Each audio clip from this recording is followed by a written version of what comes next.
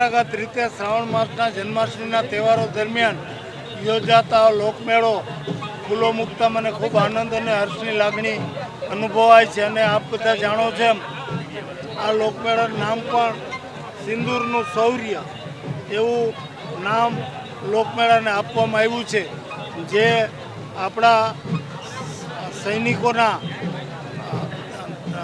અપ્રતિમ સાહસ અને લોકોમાં રહેલી દેશદાજની ભાવનાને જાગૃત કરવા માટે ખૂબ મહત્ત્વનું એવું સાંકેતિક નામ આ લોકમેળાને આપવામાં આવ્યું છે. મારું નામ ઝાલા ઈસા રાજેશભાઈ છે.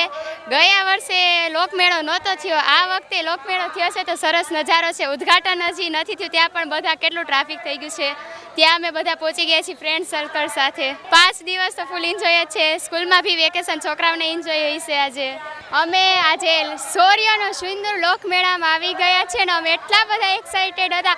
ઓલા વર્ષે તો લોકમેળો થયો હતો પણ ચકેડી નહોતી, પણ આ વખતે તો તમે જોઈ શકો છો કેટલું ખુશીઓનો માહોલ છે. અને અમે બધા અમારા ફ્રેન્ડ અને ફેમિલી સાથે આવ્યા છીએ અને અમે ફૂલ એન્જોય કરશું. 5 દિવસ ફૂલ એન્જોય કરશું, કારણ કે હમણાં વચ્ચે જે ઘટના બની એ અનુરૂપ આપણે શૌર્યનો સિંદૂર લોકમેળો રાખવામાં આવ્યો છે.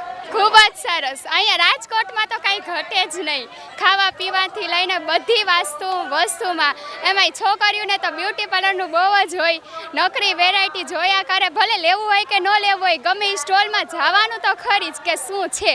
મારું નામ છે હીર ભાર્ગવ પટેલ. હું રહું છું અમદાવાદ. હું રાજકોટના લોકમેળામાં, અદ્ભુત લોકમેળામાં અમદાવાદથી સ્પેશિયલ આવી છું લોકમેળા માટે ખાલી.